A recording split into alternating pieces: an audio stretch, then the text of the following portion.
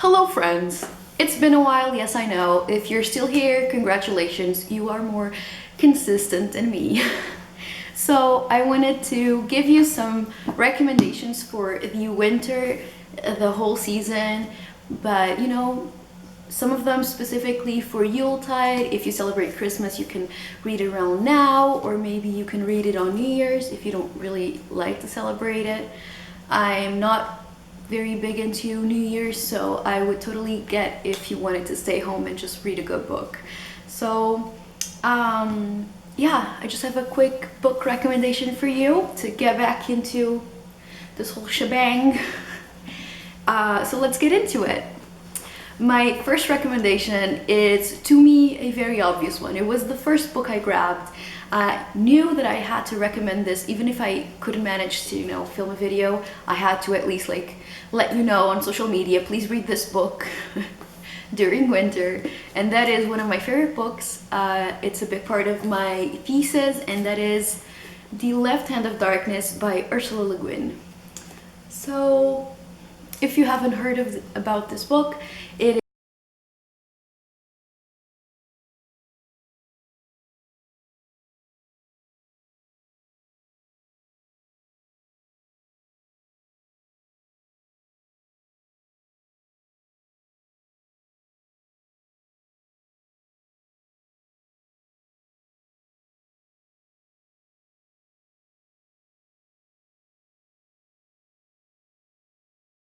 I think all the covers are really nice. I'm very picky with covers, but this book, I don't know, it just brings this such a nice image to everyone's mind when they read it that I feel like you're just inspired to imagine something beautiful.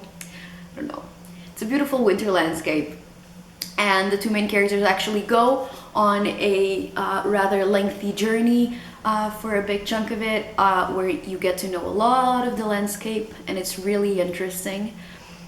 And you do have some chapters with lore of that planet, with legends, with mythology, and I don't know why, but winter really gets me into... I'm always into mythology and sagas, for example, but I don't know, winter just brings that out. I don't really know why, but some of my recommendations will have that common theme.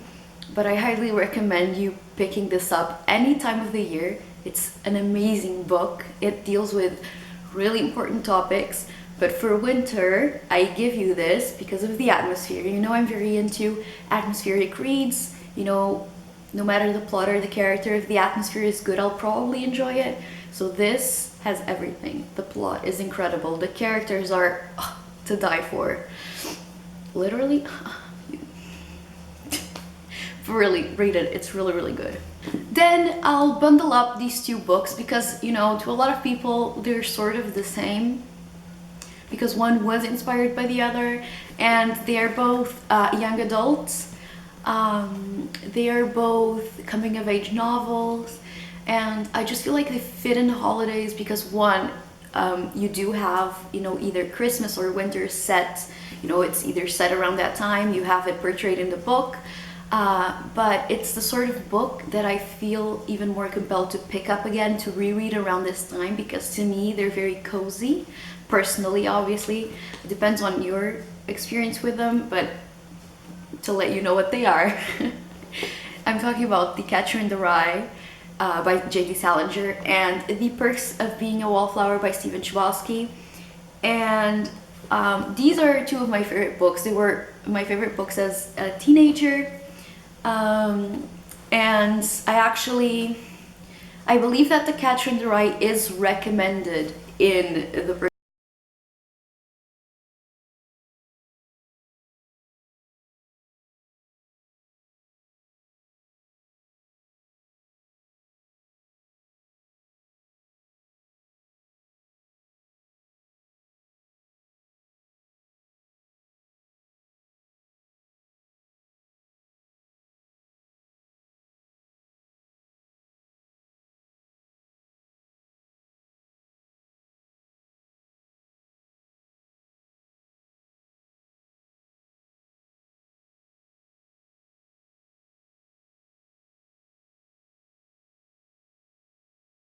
the whole idea of coming of age, of people trying to figure out who they are, finding, you know, a found family, the whole concept of found family, or dealing with your own family and having lost family members or having found new comfort in other family members. So I will say that if you are prone to getting sad around this time and you don't want to get sad, maybe don't read them. If you have read them before and you enjoy them and you're already ready for, you know, to feel the emotions that you're gonna feel, I feel like it's a good reread. But if you're not so sure and you don't really want to get into something sad, you just want something happy, maybe skip them for now, read them at another time. But other than that, highly recommend for the holiday season. Then a childhood favorite. This is actually the one that I'm holding here, isn't my favorite out of the whole series, but I am recommending the series as a whole. Sure, because I mean, they're so short, you can just fly through them. But this is the one that I'm specifically recommending, and that is The Lion, the Witch, and the Wardrobe, set in the Chronicles of Narnia by C.S. Lewis. My first book is actually the first one, The Magician's Nephew, which is underrated, I believe, so underrated. But this is the second book, but it's the first of, you know, the actual story that that most people know about. So because it was the book that was first adapted into a movie, so it's more well known, the story that it tells. And this is very obvious, you know, there's winter, there is a ice queen, and the whole atmosphere. It's so nice to read around this time. I love it so much. So with this, you actually do get a great plot and you do get great characters. But again, I am recommending for the atmosphere. It's,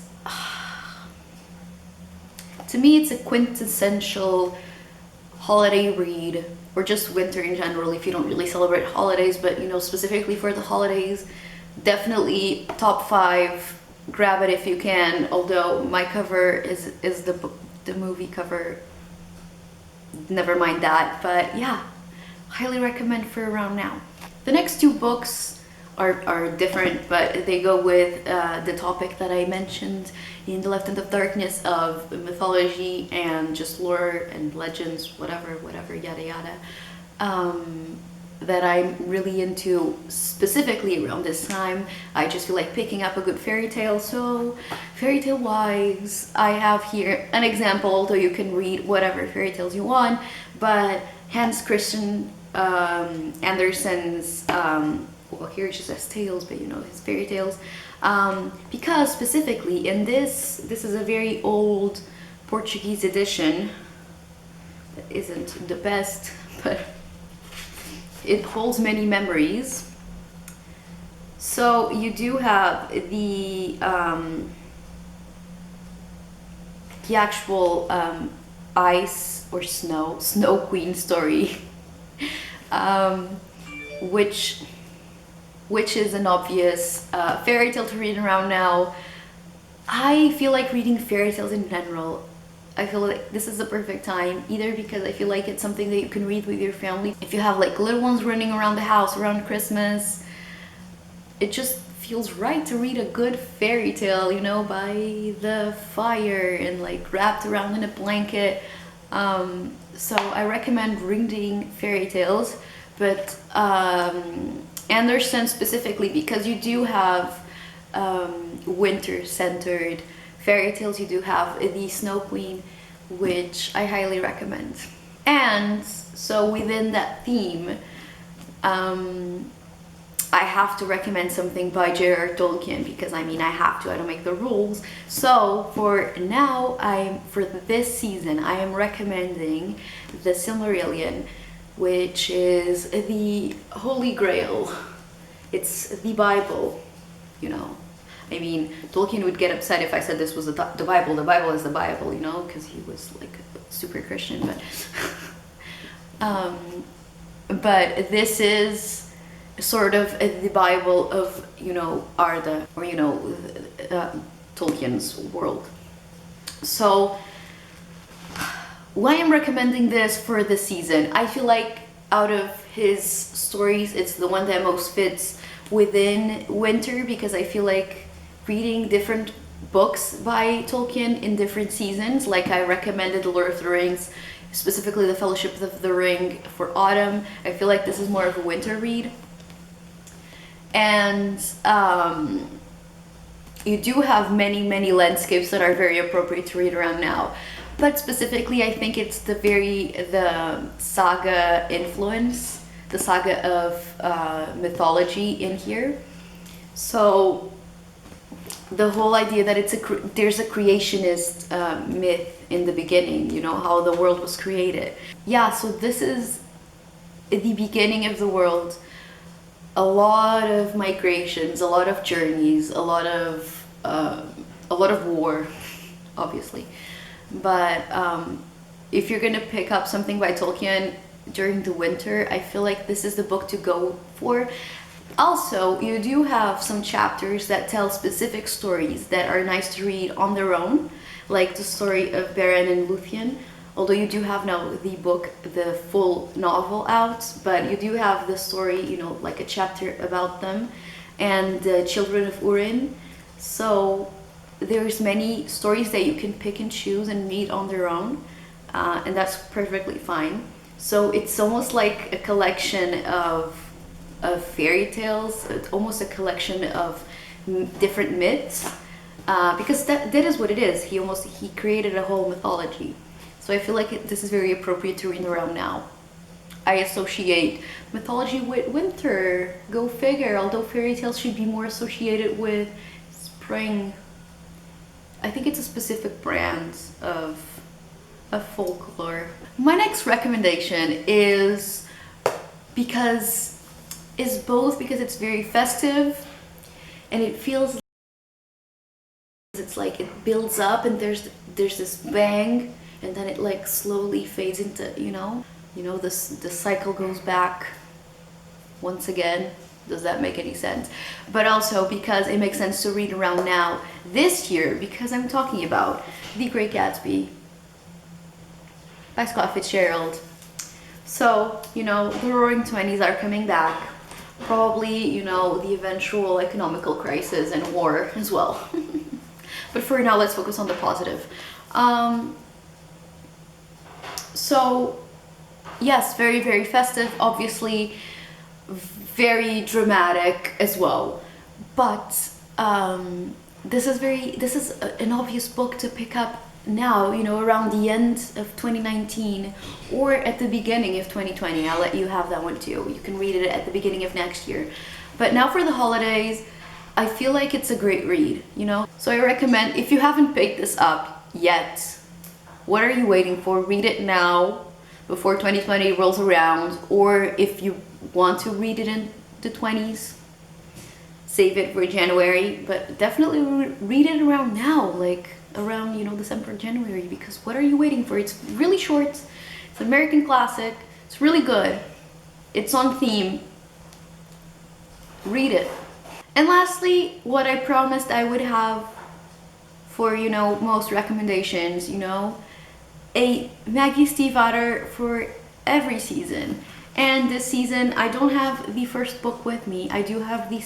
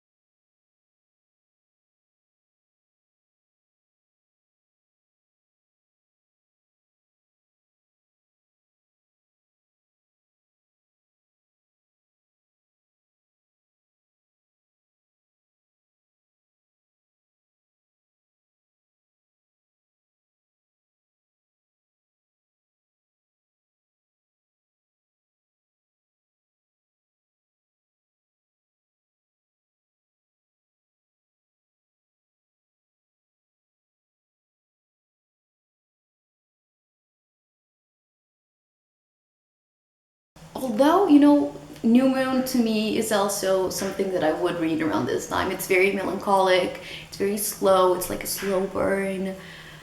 And this series to me reminds me of that specific book, you know, also werewolf heavy, so there's an obvious correlation as well. But yeah, the atmosphere is very wintry, and I'm talking specifically about the first book, but you know, just read the whole series if you do enjoy the first one. I still really enjoy it. I feel I do need to reread it soon to see if I feel the same way. I probably won't, because it's hard to feel the same way about a book that you read like what, almost 10 years ago. Oof, I'm old. I do remember it fondly. The atmosphere is still one of my favorites.